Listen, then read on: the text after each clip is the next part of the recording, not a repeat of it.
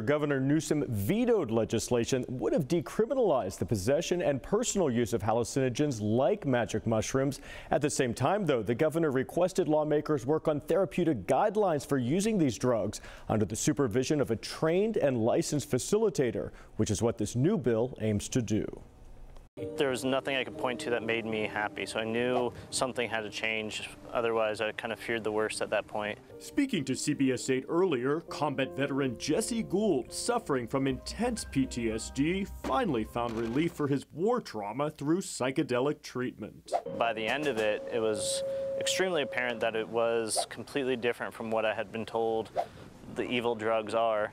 And now a bipartisan bill is working its way through the state legislature that would legalize this form of therapy in California for those 21 and over, using psychedelics like psilocybin, also known as magic mushrooms, as well as DMT, MDMA, and mescaline, under the supervision of a licensed therapist.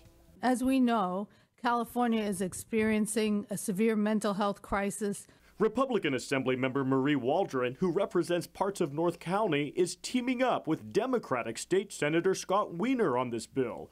Waldron says these drugs show promise in treating a number of mental health challenges, including PTSD, depression, and suicidal tendencies. It's also particularly beneficial to those on the front lines, such as our veterans and first responders. Well, we're taking a science-based approach to this issue. Senator Wiener points out that many people are currently using these substances despite being illegal. And the question is it safer for people to use in the shadows where they hide, or is it safer to use in the sunlight and feel safe getting accurate information about how to be safe? Some groups, like the California Family Council, are already voicing their opposition, encouraging legislators to vote down the bill. You know, I understand that there are some people who have concerns about drugs. There are organizations like the California Family Council that are just very ideological about the issue. I'm trying not to be ideological and just to look at the science.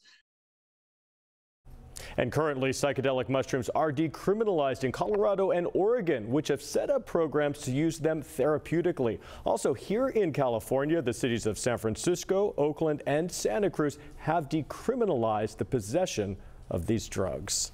And now statewide, we're possibly looking at possibly, but under therapeutic guidelines. Yeah. That's right. And when could we see this? Well, so if it passes the legislature and if the governor signs off on it, he didn't sign off on it last year. If he signs off on this new legislation this year, it's going to take some time to implement this new licensure program, maybe a couple years. So the earliest we could possibly see it is maybe 2026. More like 2027. So it would be a while. And as the person that you profiled in your story, they're using it for medical purposes, which is that guy actually went out of the country. He went to Peru to do that. So people are doing this out of the country, Mexico, Peru, other countries like that. But here in California, it is not legal at this point. All right.